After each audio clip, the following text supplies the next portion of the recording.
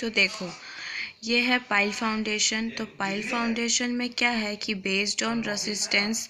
तो पहला pile foundation हम लोग को यूज़ कहाँ करते हैं? तो पाइल फाउंडेशन कहाँ यूज़ करते हैं? जहाँ पर हम लोगों का बहुत ही ज़्यादा डीपली गड्ढा करना पड़े, वहाँ तक गड्ढा करना पड़े जहाँ तक हम लोगों का कोई एक हार्ड स्ट्रेटा ना मिल जाए। Hard strata in the sense कि फ्रेम लाइक कोई स्ट्रक्चर ना मिल जाए, जैसे कि कोई रॉक हो या फिर कोई और ऐसी मिट्टी जो कि बहुत ज़्यादा ही डेंस है। तो वैसा जगह हम लोग को जब तक मिल ना जाए तब तक हम लोग पाइल को अंदर ही पेनिट्रेट करते रहेंगे, मतलब गाड़ते रहेंगे पाइल को। ठीक है, तो बेस्ड ऑन रेसिस्टेंस हमारा क्या है कि पाइल जब दिस इज़ द पाइल, ये हमारा पाइल है जो कि हम इंसर्ट कर रहे हैं अर्थ के अंदर। तो अर्थ के अंदर जब इंसर्ट कर रहे हैं तो क्यू हमारा लोड लग रहा है। तो क्यू जब हम लोग का लोड लग रहा है तो क्या क्या चीज़ें हो सकती है? जब हम लोग का पहला तो एक एंड बेयरिंग पाइल होता है और दूसरा फ्रिक्शन पाइल होता है। तो एंड बेयरिंग पाइल का मतलब क्या होता है? एंड बेयरिंग वहाँ तक लगता है जब तक उस पाइल का कोई एंड ना हो जाए। एंड का मतलब जहाँ तक उसका कोई हार्ड स्ट्रेटा ना मिल जाए वहाँ तक हम लोग उसको पेनिट्रेट करते रहेंगे। और जब वो हार्ड स्ट्रेटा मिल जाएगा तो ऑपोजिटली कोई भी फोर्स तुम एक्ट करोगे तो ऑपोजिट तुमको रिजल्ट देगा ही देगा। तो वही चीज़ इसमें भी होता है कि तुम जैसे ही इस पे फोर्स क्यू एक्ट कर रहे हो वैसे ही तुमको ऑपोजिट फोर्स मिल रहा है क्यू के रूप में। ठीक है, तो तुम कह सकते हो कि Q equals to Q. But यहाँ पर के एंड बेयरिंग पे एंड से लग रहा है तो हम लोग उसको एंड बेयरिंग बोल दे रहे हैं। तो यहाँ पे जो क्यू इक्वल्स टू है क्यू मतलब जो भी force apply on the end bearing. Okay, हमेशा हार्ड स्ट्रेटा पे ही ये चीज़ यूज़ होगा। तो यही चीज़ यहाँ पे कह रहा है, जो भी तुम्हारा वर्टिकल लोड है डाउनवर्ड लगेगा तो वो इक्वल होगा किसका? एंड बेयरिंग पाइल का। ओके, अब आ जाओ तुम्हारा फ्रिक्शन पाइल। फ्रिक्शन पाइल का जो लेंथ होता है ना वो 10 to 20 मीटर तक ही होता है। मीन्स जिस तरह एंड बेयरिंग पाइल का हम लोग एकदम नीचे तक कर रहे थे वैसे इसमें नहीं करना है। इसमें 10 to 20 मीटर तक ही हम लोग लेंथ में रखेंगे। इसमें कोई मैटर नहीं करता कि हार्ड स्ट्रा आ रहा है कि नहीं आ रहा है। ये लूजेस्ट जो सॉइल होता है उसमें भी ये काम करता है, क्योंकि हम लोग को सिर्फ फ्रिक्शन से मतलब है, ना कि हार्ड फ्रेम से। ठीक है, तो फ्रिक्शन से मतलब है, तो फ्रिक्शन हम लोगों को कहाँ पे ज़्यादा फ्रिक्शन मिलेगा? सॉइल में मिलेगा। क्ले में अगर ढूलना चाहोगे फ्रिक्शन, क्ले तो ऑलरेडी इतना ज़्यादा डेंस होता है कि उसमें और तुम अगर मीन्स उसमें वर्टिकल डाउनवर्ड फोर्स अगर लगाओगे या प्रेशर लगाओगे तो वो क्या होगा कि ज़्यादा ही ज़्यादा वो और स्वेलिंग और श्रिंकेज करेगा। ठीक है, तो इस वजह से लूजेस्ट सैंड एक ऐसा मीन्स मीडियम है जहाँ पे अगर तुम फोर्स लगाओगे ना तो ये ऑलरेडी डेंस होगा, ये स्वेलिंग और श्रिंकेज प्रोवाइड नहीं करेगा क्योंकि ये प्लास्टिक लिमिट में नहीं है, प्लास्टिसिटी है नहीं इसमें, इस वजह से। तो क्यू इसमें क्या होगा? क्यू एफ के इक्वल होगा। क्यू एफ जो है क्यू एस एफ भी बोल सकते हो, क्यू एफ भी बोल सकते हो। ठीक है, तो क्यू एफ जो है ना यहाँ पे फ्रिक्शन रेसिस्टेंस है हमारा, इसी वजह से।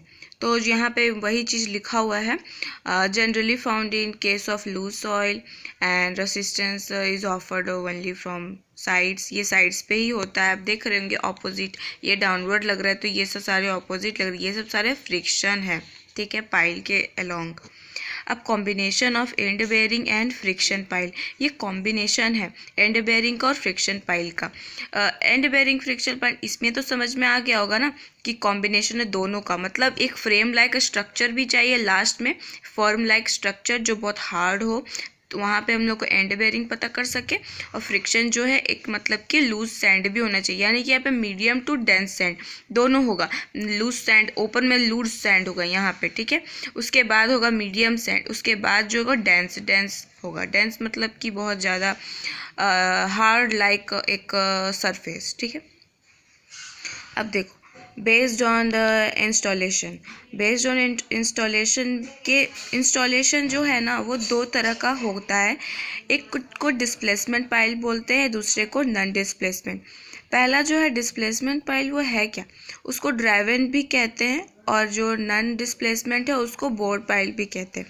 तो जो ड्राइवन पाइल है, ड्राइवन से समझ में आ रहा है कि कोई सपोज दैट मैं एक एग्जांपल ले रही हूँ, कोई गाड़ी चलाता है तो चलाता है तब वो चलता है गाड़ी, तो उस तरह से ये भी है कि ये एक प्री कास्ट पाइल होता है, इसको ऑलरेडी बना करके रखा जाता है और फिर अर्थ के अंदर ना उसको पेनिट्रेट कर दिया जाता है। पेनिट्रेट इन द सेंस कि हैमर से मारा जाता है।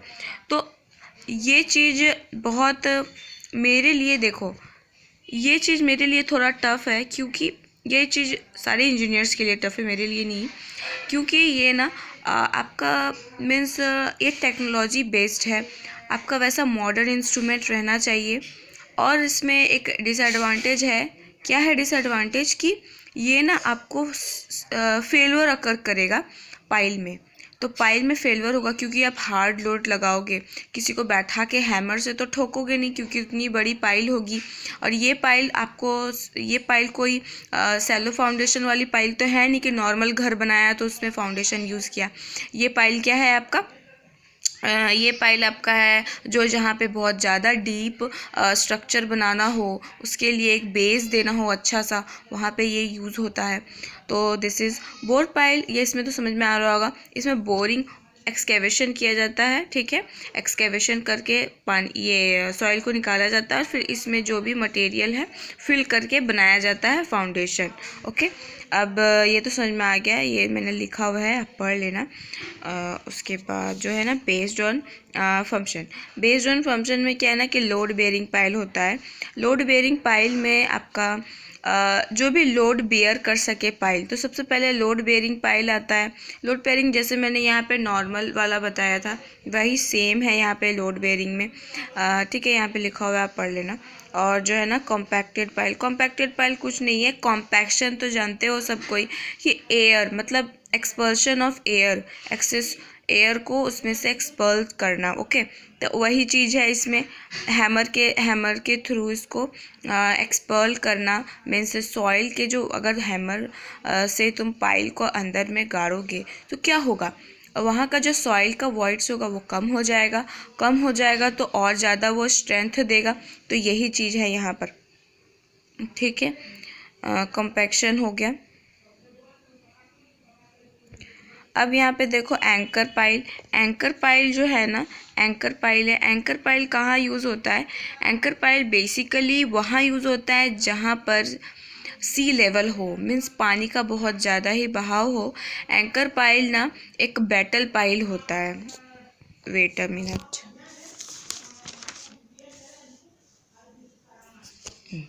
एक हमारा बैटल पाइल है। ये एक ऐसा पाइल है जो हम इंक्लाइन करते हैं डायरेक्शन में। ओके, ये एक ऐसा पाइल है जो हम इंक्लाइन करते हैं। देखो, this is the battle pile, okay, और this is the anchor pile.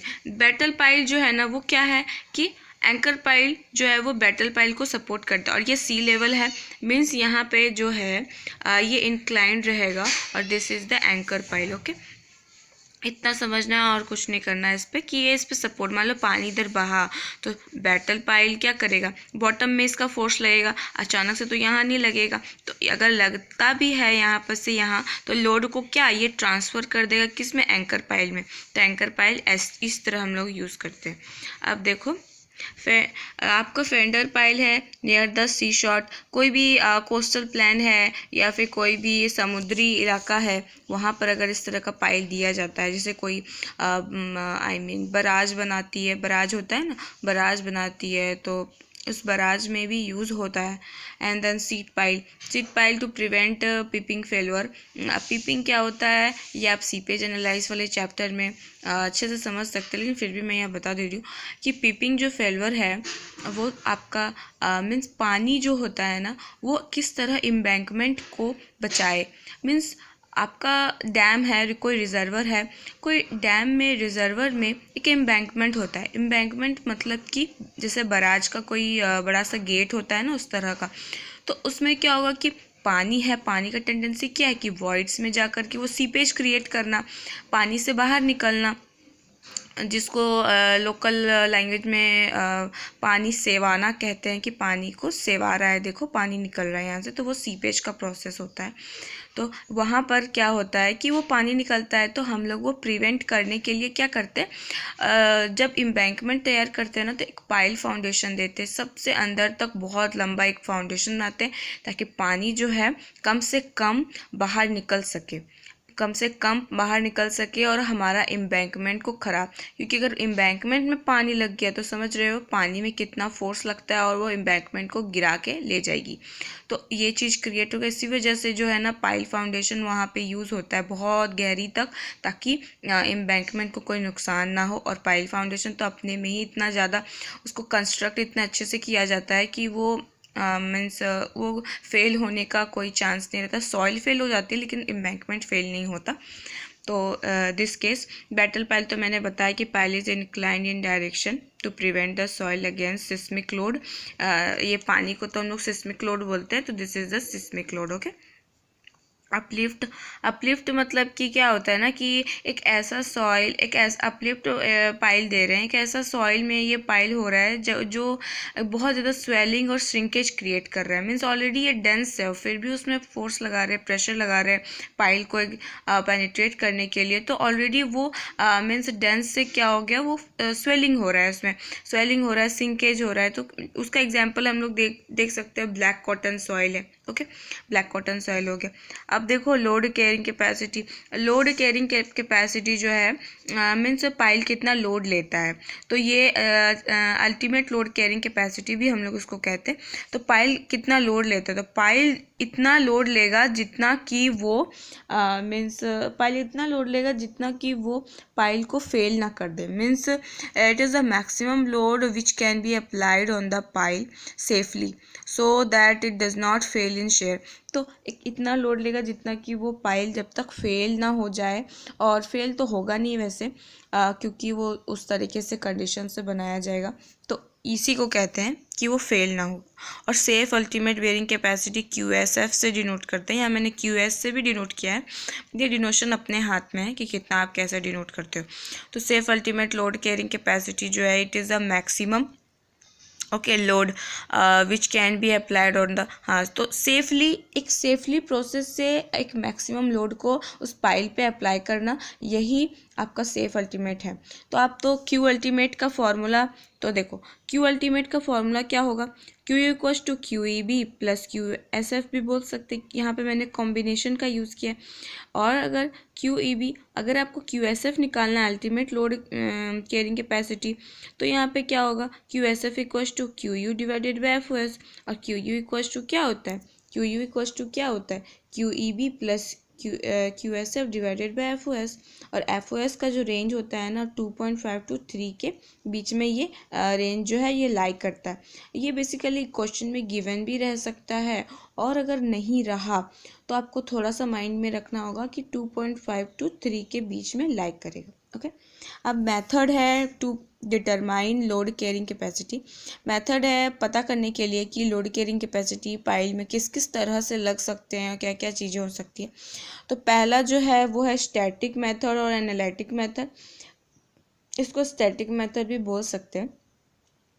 तो क्या है ना कि अल्फा मेथड है, लैम्डा मेथड है एंड डेल्टा मेथड है। ठीक है, ये 3 तरह के मेथड्स है, और मैं इन तीनों का यूज़ करके आपको मैं एक ये जो फार्मूला आप देख रहे हो ना, इस फार्मूला में इस तीनों का जो यूज़ करके मैं मेथड बनाऊंगी इस फार्मूला से। ठीक है, बहुत इंटरेस्टिंग होगा, बहुत जल्दी समझ में आ जाएगा। और अगर आता भी है किसी मेंस रिटन एग्ज़ाम में, तो आप इस अगर डिराइव करने के लिए आ गया या फिर कुछ ऐसा डेफिनेशन वगैरह पूछ दिया, उसमें आप ये कंडीशन यूज़ कर सकते हो, बहुत अच्छा है। और हाँ, और अगर बताऊँ तो डायनेमिक मेथड है। डायनेमिक मतलब इसमें क्या होगा ना कि लोड लगेगा, डायनेमिक लोड लगेगा, मीन्स स्टैटिक नहीं। स्टैटिक का मतलब क्या होता है कि एक जगह पे लगा के छोड़ दिया, जिस तरह से यहाँ पे हो रहा है कि पाइल पे लोड लगा के उसको रख दिया, क्योंकि घर बना रहे हो तो घर तो एक स्ट्रक्चरल लोड हुआ ना, डेड लोड हुआ। तो ये चीज़ें हैं। और तो इसमें 2 ही तरह का है, एक है इंजीनियरिंग न्यूज़ फार्मूला, एक है हेलिस फार्मूला। ठीक है, और फील्ड टेस्ट, उसका फील्ड टेस्ट, फील्ड में जाके किस तरह टेस्ट करेंगे, तो पाइल लोड टेस्ट करेंगे, स्टैंडर्ड पेनिट्रेशन टेस्ट होगा, कोन पेनिट्रेशन टेस्ट होगा, साइक्लिक पाइल लोड टेस्ट होगा। ये सारी टेस्ट जो है ना, ये वाला फील्ड टेस्ट, ये हम लोग को अभी नहीं पढ़ना है। मीन्स अगर आप जानना चाहते हो तो जान सकते हो, लेकिन ये भी नहीं पढ़ना है। ये जो एमटेक करते हैं ना, एमटेक में अगर आप जियो टेक्निकल लोगे तो उसमें ये चीज़ों का प्रैक्टिकल भी होगा, उसमें लैब भी होता है। तो दिस इज़ द, बस इतना आपको जानना है।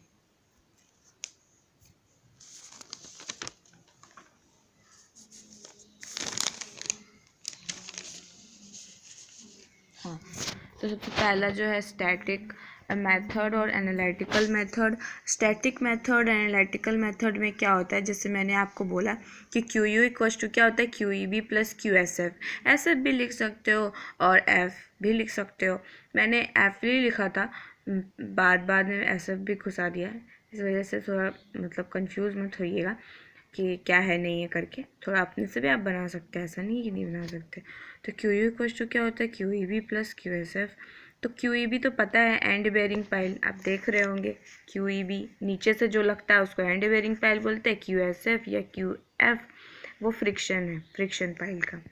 ठीक है, तो देखो आप कह सकते हैं यहाँ तक जब आ गई तो ये जो है ना कि आपका एंड बेयरिंग पाइल की तरह बिहेव करेगा। अब मान लो यहाँ नहीं है तो ये फ्रिक्शन पाइल बन जाएगी बस। अगर आपको गेट के ऑब्जेक्टिव में पूछा जाता है कि अगर कौन सा ऐसा सॉइल है कि कहाँ पर फ्रिक्शन पाइल यूज़ होगा, किस जगह पे होगा, तो ये फ्रिक्शन पाइल मैंने तो आपको बोला लूज सैंड में होता है। मीन्स कोई फीलिंग सैंड। लूज सैंड कहाँ मिलेगा, सबसे टॉप सरफेस में आपको मिलेगी, सबसे टॉप सरफेस में आपको लूज सैंड मिलेगी।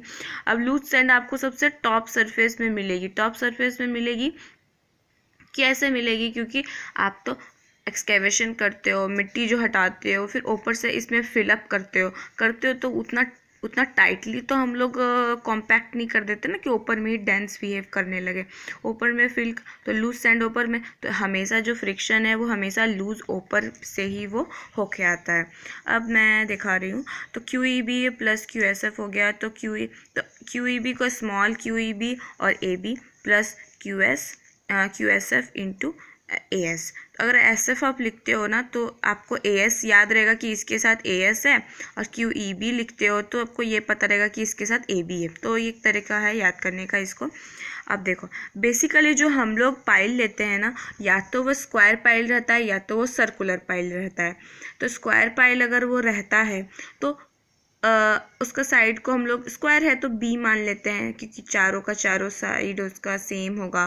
ठीक है, क्रॉस सेक्शन बी ले रहे हैं तो वो भी सेम होगा। और जो सर्कुलर है, सर्कुलर में तो डाया है तो डी हो जाएगा।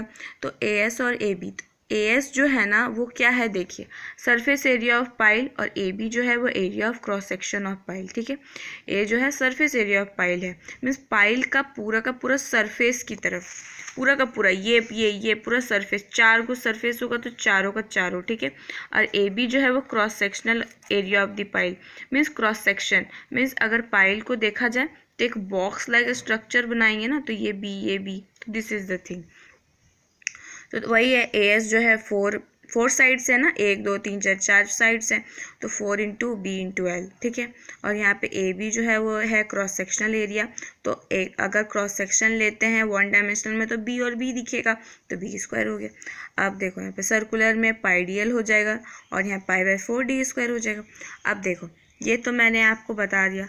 अब जो है ना वो है आपका फोर्स फॉर क्लेई के लिए एंड बेयरिंग क्या है, उसका रेसिस्टेंस बेयरिंग क्या है, तो ये चीज़ मैं भी बताऊंगी। पहला है एंड बेयरिंग। जो मेयरहूफ थे ना, मेयरहूफ एक साइंटिस्ट थे जिन्होंने इसमें क्ले के बारे में और बाकी चीज़ों के बारे में ये इन्होंने बताया। टेरज़ागी ने भी बताया है, बट मेयरहूफ ने ना एक एक्यूरेट रिज़ल्ट दिया है, टेरज़ागी ने भी दिया है। तो हम लोग मेयरहूफ का ही फॉलो करते हैं, तो मेयरहूफ ने दिया है।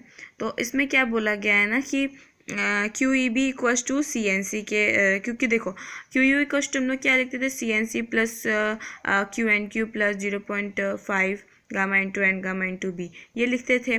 तो क्ले है, क्ले तो फाई इक्वस टू 0 होता है, सी तो 0 नहीं होता, तो सी QEB क्या किसके इक्वल हुआ, CNC के इक्वल हुआ, तो CNC। और जब मेयरहोफ ने ना CNC का वैल्यू ना एज अ प्रैक्टिकल 9 दिया था, इसीलिए यहाँ पे QEB इक्वल टू 9C हो गया और QSF equal to alpha C bar. ठीक है, ये अल्फ़ा और C bar, alpha C bar आ जाएगा।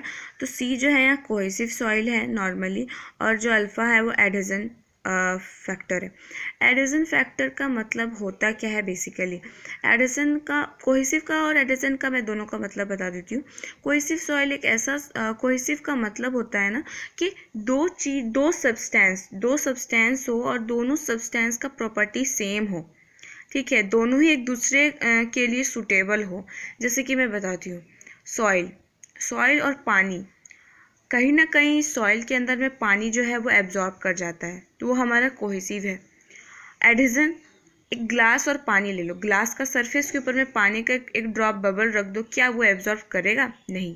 इससे क्या आपको पता चला कि एक ऐसा सरफेस, एक ऐसा सब्सटेंस जो एक दूसरे पे डिपेंड हो, ओके, और एक ऐसा सरफेस जो एक दूसरे के जस्ट अपोजिट हो, तो उस चीज़ पे नहीं करेगा।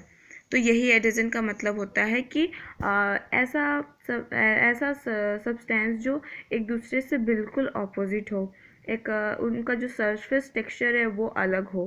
ठीक है, तो ये एक छोटा सा एग्जांपल है। अल्फ़ा का वैल्यू, ये सारी रेंजेस हैं, लेकिन याद करने की ज़रूरत नहीं है क्योंकि ये रेंजेस मैंने ऐसे ही लिखा था, बुक में था, इसी वजह से। इसमें क्या है ना कि आपका ये रेंज ना दिया हुआ रहेगा अल्फ़ा का वैल्यू, तो टेंशन लेने की ज़रूरत नहीं। सी भी दी हुई रहेगी, अल्फ़ा भी दिया हुआ रहेगा, देन आफ्टर और भी चीज़ें यूज़ होंगी, दिया हुआ रहेगा। तो देखो ये मेन फार्मूला है। अब जो ये सारी चीज़ें जो मैंने निकाली, QEB 9C, QF equal to alpha C bar, ये सब ना इस फार्मूला में पुट कर दीजिए। तो पहले क्या हुआ, QEB प्लस QSF, तो पुट किया तो ये निकला। अब देखो जिस फार्मूला में ना अल्फ़ा होगा तो this is the alpha method, जहाँ अल्फ़ा होगा this is the alpha method. अब ये हम लोग ना एक मीन्स एक पाइल लिए हैं, दिस इज़ द पाइल है, ये पाइल है हमारा, और ये जो है ये हमारा एक लेयर है, सॉइल का अलग अलग लेयर है, अलग अलग लेंथ है, इसमें अलग अलग अल्फ़ा है, C है, सब चीज़ें। तो ये सारी चीज़ें हैं। इसमें अगर बोला है कि फ्रिक्शन रेसिस्टेंस निकालने के लिए, तो QSF equal to QSF1, QSF2, जितनी भी लेयर होगी N लेयर तक लिख देना है। और QSF का फॉर्मूला मैंने क्या लिखवाया, ये QSF है, QSF का फॉर्मूला क्या है, alpha C bar into AS। तो alpha C bar into AS, alpha C1, alpha C2, इस तरह करके पूरा जितना तक है उतना। और AS1 हमारा क्या है, AS1 जो है वो हमारा सरफेस एरिया है, पाइल का सरफेस एरिया। जो भी पाइल सर्कुलर में दिया हुआ रहेगा तो सर्कुलर वाला फॉर्मूला यूज़ करना, स्क्वायर का रहेगा तो स्क्वायर वाला यूज़ करना। तो जहाँ अल्फ़ा आ गया मीन्स अल्फ़ा मेथड, बस। जहाँ लैम्डा आ जाएगा, देखो इन दिस केस यहाँ पे लैम्डा आ गया, लैम्डा मेथड कुछ नहीं है, नॉर्मल ये फॉर्मूला लिखना है। यहाँ पे 9C जो है QEB 9C ही पुट करना है। सिर्फ यहाँ पे जो QSF है उसका फॉर्मूला में चेंज होगा, क्या होगा, आगे लैम्डा लगेगा, सिग्मा V बार प्लस 2C बार इंटू AS। सिग्मा V बार जो है ना वो average effective stress along the length of the pile. Length of the pile में जो एवरेज स्ट्रेस लगेगा, ऊपर से जो स्ट्रेस लग रहा है, तो लेंथ तो कितनी भी बड़ी रह सकती है, लेकिन ऊपर से जितना स्ट्रेस लगेगा उसका जो एवरेज होगा वो लेना होगा। एवरेज कैसे निकालेंगे, देखो unit weight into length divided by 2। अगर क्वेश्चन में दिया हुआ है तो वेल एंड गुड, क्वेश्चन में इस नाम से दिया हुआ रहेगा तो टेंशन लेने की ज़रूरत नहीं है। अगर नहीं दिया रहता है तो unit weight of the soil तो दिया रहेगा, लेंथ ऑफ द पाइल दिया रहेगा, बस डिवाइडेड बाई 2 बस। और lambda is the factor which is given in the question. Lambda जो है ये तुमको क्वेश्चन में गिवन रहेगा, तो ज़्यादा टेंशन लेने की ज़रूरत नहीं है। हाँ, ये तो वो तो मैंने फॉर सैंड के लिए बताया था। अब जो है वो क्ले के लिए बता रहे हैं। क्ले वो तो क्ले के लिए बताया था, अब मैं जो है वो सैंड के लिए बताऊंगी। देखो यहाँ फॉर सैंड लिखा है ना, इसीलिए सॉरी मैं कंफ्यूज हो गई। हाँ, तो सैंड के लिए, सैंड में क्या होगा कि फॉर एंड बेयरिंग, अब उसमें भी वैसे ही एंड बेयरिंग के लिए किया था। फिर आपका जो है वो है एंड बेयरिंग के लिए क्या था, सेफ रेसिस्टेंस के लिए क्या था। इसमें भी मेयरहोफ ने वही सारी चीज़ें दी हैं। ये तो बेसिक फार्मूला है, QU equal to CNC plus gamma D NQ 0.5, this one, ये तो पता ही है आपको। ये क्योंकि सैंड है, सैंड तो C इक्वल्स टू 0 हो जाता है, सैंड C इक्वल्स टू 0 हो जाता है, तो gamma D N Q plus 0.5 gamma D है। इसमें क्या पता चल रहा है कि गामा डी एन क्यू जो है वो much greater than this one, तो बहुत ज़्यादा ग्रेटर है, तो ये वाली यहाँ पे आ जाएगी। Means Q E B equals to unit weight of the soil length of the pile into N Q, बस ये याद रखना है।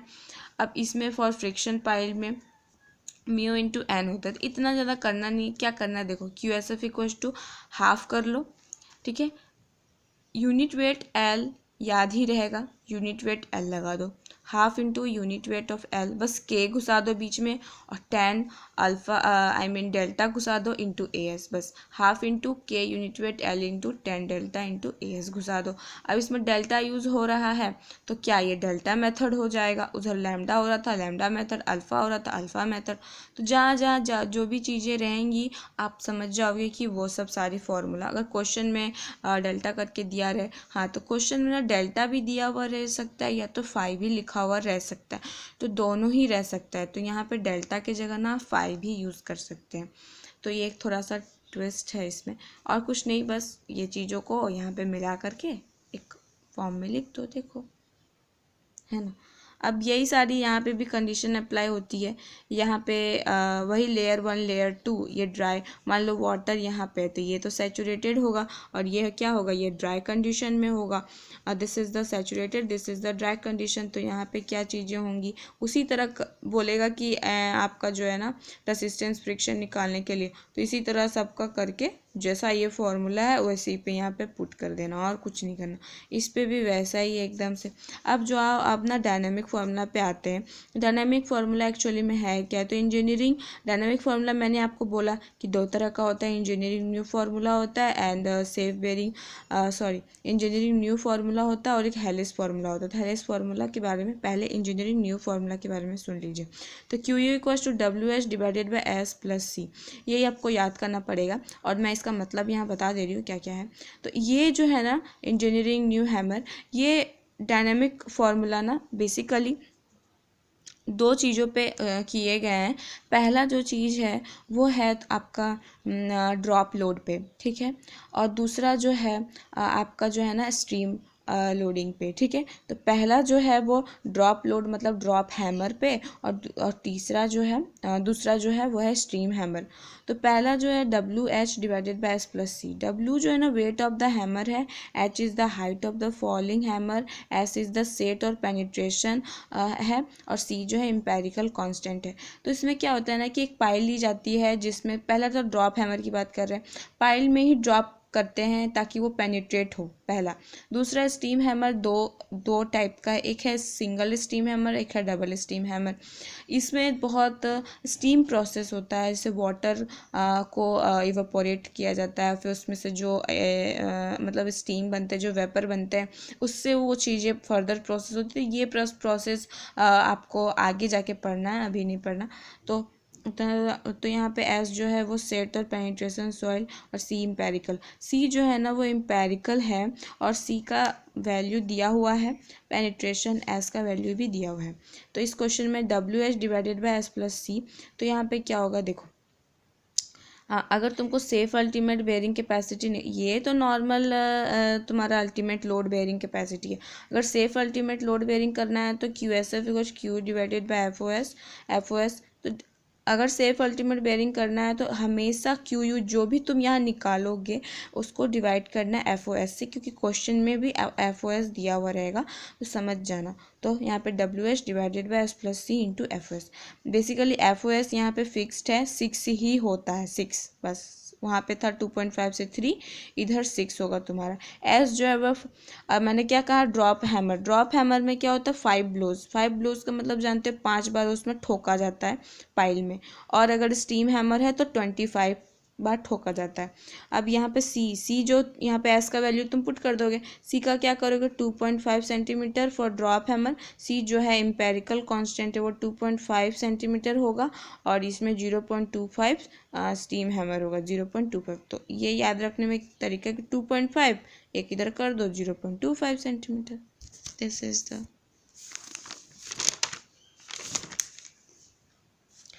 अब आ जाएगा हेलिस फार्मूला। हेलिस फार्मूला में क्या होगा, हेलिस फार्मूला जो है ना वो डायनामिक फार्मूला का ही है। तो मैंने अभी इंजीनियरिंग न्यूज़ फार्मूला बताया, अभी जो है हेलिस फार्मूला में आते हैं हम लोग। तो हेलिस फार्मूला में क्या होता है ना कि E Q U equals to N B into N H into W H divided by S plus C by two. N B into N H W H वही चीज़ है, W H divided by S plus C करना है, लेकिन यहाँ पे सी by to कर देना, ऊपर में N B into N H लिख देना। ठीक है, एन बी क्या है, इफिशियंसी ऑफ ब्लोज है कि कितना, किस तरह से कितना एक्यूरेट आप इफिशियंसी नंबर ऑफ ब्लोज लगा रहे हो, या ज़्यादा तो नहीं लग रहा है या तो कम नहीं लग रहा है, इस तरह से। और एन एच जो एफिशिएंसी ऑफ हैमर है। एन एच ना क्वेश्चन में दिया हुआ रहेगा, एन बी आपको फाइंड करना है, तो एन बी आपको निकालना पड़ेगा। तो एन हो सके क्वेश्चन में एन बी भी दिया हुआ रहे, तो N B equal to W plus E square P divided by W plus P. तो कैसे याद रखना है, W plus E square P divided by W P. E को हटा दो, एक यही इसी में से अलग दिख रहा है, इसका ई पावर यूनिट 2 है, तो करके इसको हटा दो, डब्ल्यू प्लस ई जो ऊपर में वही चीज़ नीचे। ये कंडीशन कब होगा, जब W is greater than W E लगेगा। एन बी सेम यही चीज़ यहाँ लिख दो, माइनस, सिर्फ क्या करना है यहाँ पे माइनस घुसाना है और इसका जो स्क्वायर है वो हटा देना है, और जो यहाँ था वो यहीं लिख देना है, और स्क्वायर जो है ना वो होल में करके बाहर लगा देना है। इसमें क्या होगा कि W is less than E P. P क्या है, तो वेट ऑफ द पाइल, यहाँ पे पी क्या पुट करोगे जी, तो पी जो है वो वेट ऑफ द पाइल है, और ई जो है कोफिशिएंट ऑफ रेस्टिट्यूशन है। ओके, अब देखो नेगेटिव स्क्रीन फ्रिक्शन, इसमें मेन एक छोटा सा टॉपिक है negative screen friction. Negative screen friction ना बहुत ही ज़्यादा इम्पोर्टेंट है। ये इस साल का जो भी एग्ज़ाम होगा ना, मैं गेट का दे रही हूँ तो गेट का बताऊँगी, गेट में ये पूरा बहुत ज़्यादा इम्पॉर्टेंट है। नेगेटिव स्क्रीन फ्रिक्शन होता क्या है कि एक पाइल है, ठीक है, ध्यान से सुनना। नेगेटिव स्क्रीन फ्रिक्शन है, देखो दिस इज़ द पाइल, ऊपर से लोड लग रहा है, ऊपर से क्या लग रहा है, लोड लग रहा है क्यू यू, ऊपर से क्यू यू लोड लग रहा है, और ये लेयर में फर्स्ट लेयर में क्या है, फिलिंग लूज सॉइल है या सैंड बोल लो, और नीचे नेचुरल स्टील सॉइल, उसके बाद क्ले है, देन आफ्टर रॉक है। तो इस तरह का मिट्टी का लेयर होता है। मैं ये एक एक्यूरेट तो नहीं ले रही, क्योंकि सॉइल के अंदर में क्या है क्या नहीं वो तो मुझे नहीं पता है। तो यहाँ पे पहले फिलिंग सॉइल, सबसे ऊपर में इतना पता कर सकते हैं कि सबसे पहले फिलिंग सॉइल होता है। अगर पाइल यहाँ पेनिट्रेट अगर हम मार मार के कर रहे हैं इसको अंदर, तो यहाँ पे तो ऑपोजिट में रेसिस्टेंस पाइल लगेगा, आई मीन फ्रिक्शन पाइल लगेगा, और नीचे से क्या एंड बेयरिंग होगा। तो ये दोनों तो कंफर्म है। तो जो यहाँ पे ये रेसिस्टेंस लग रहा है ना, तो जो यहाँ पे रेसिस्टेंस लग रहा है यही जो है ना आपका नेगेटिव फ्रिक्शन है। Negative friction